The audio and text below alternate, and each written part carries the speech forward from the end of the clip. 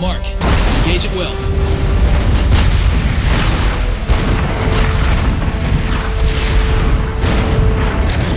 Rockheads at 1 o'clock. 2 clicks.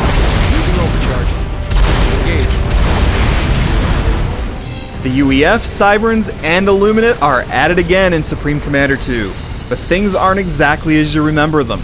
There have been some important changes to the subcom formula, but if you're a fan of the original, don't sweat it too much. This sequel is a blast.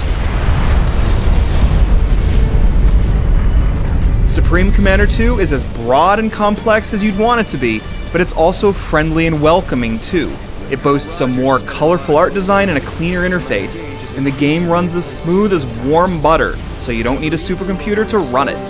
The problems are noticeable. The AI is on the predictable side, and pathfinding problems are an occasional headache. But even though Subcom 2 doesn't have the cerebral edge of the original, it's still really slick, really big, and really enjoyable.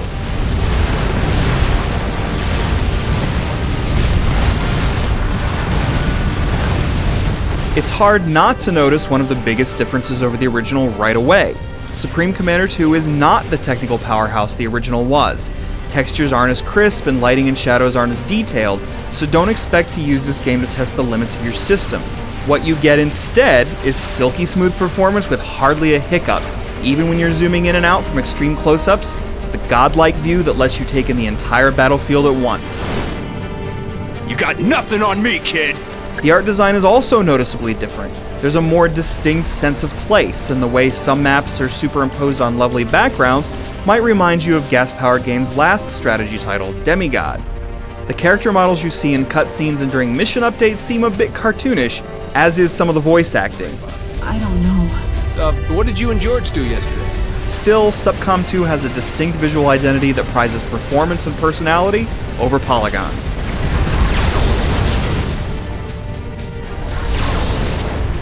Other differences are more apparent the more you play. If you're a Subcom veteran, you might at first be saddened at changes to the economic and building models and other streamlined elements. For example, the 3 tiers of units have been abolished. Instead, you upgrade the units you have and unlock additional ones by spending research points. But while playability has been enhanced, the flexibility and scope of combat hasn't suffered. You've still got all the varied units and strategic opportunities you'd hope for, letting you spread around the map as you like and keeping you busy on multiple fronts. Turtle up and hide under an array of shields, bombard enemy bases with long-range artillery, or set up massive air patrol routes to keep your opponent's hands full. Set your engineers to patrol in order to repair injured units and collect mass from destroyed units. Use mobile shield generators to protect control groups. Build and launch powerful nukes.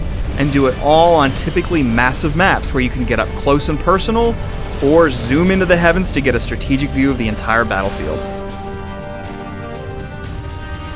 So the details have changed a bit, but the moment-to-moment gameplay should be more or less familiar to Subcom fans.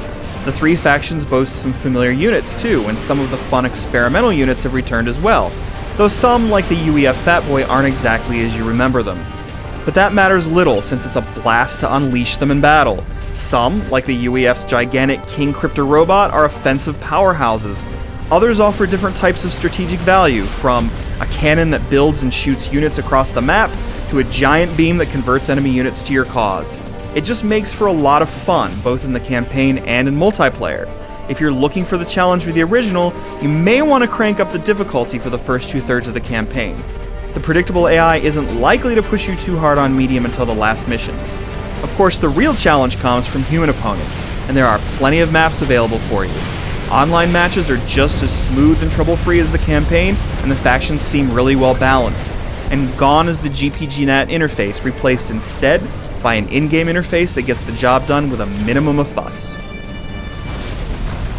There are a few interface quirks to get used to. For example, scrolling across the map once you've selected a structure to build drops the building from your cursor.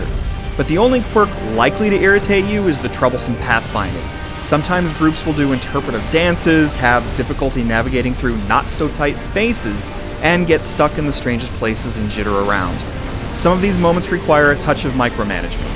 If your ACU gets stuck between structures, though, you'll have to just grin and bear it. These moments aren't that frequent, but they're still annoying. But in spite of a few flaws, Supreme Commander 2 is great. and it pleasantly bridges the gap between complexity and accessibility. It's a good mix that makes for a lot of fun whether you're an RTS freak or you're usually daunted by grandmassive strategy. And fun is something you can never get enough of.